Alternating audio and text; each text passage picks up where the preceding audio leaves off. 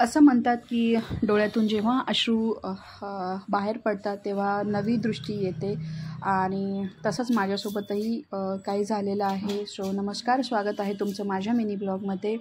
तर मला ना सँडविच खाण्याची खूप जास्त क्रेविंग होत होती. सो माझ्याकडे ऑलरेडी ब्रेड आणि सँडविचचं सगळं सामान अवेलेबल होतं आणि टाईमही होता ऑफिस स्टार्ट होण्यासाठी.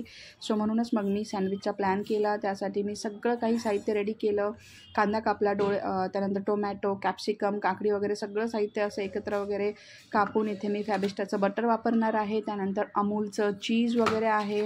ॲक्च्युली त्यानंतर टोमॅटो सॉस, मेयोनीज पण होतं माझ्याकडे, बट त्याची एक्सपायरी संपली, सो ते नाही वापरलं. त्यानंतर हे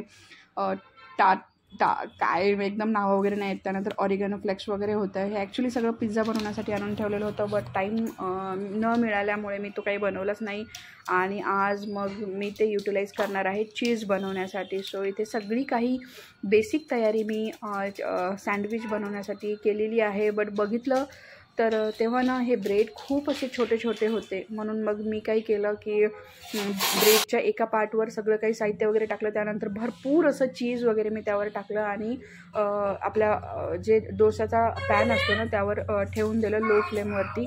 तुम्ही बघू शकता सँडविच किती छान प्रकारे मेल्ट वगैरे झालेलं आहे आणि हे मी करणार होते सॉससोबत एन्जॉय. मम्मीला देखील खूप जास्त आवडलं माझं सँडविच.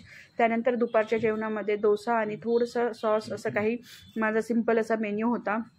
जेवण एन्जॉय केलं आणि ऑफिसला देखील सुरुवात केली. सो हा होता माझा मिनी ब्लॉग. तुम्हाला कसा वाटला नक्कीच कमेंट करून सांगा.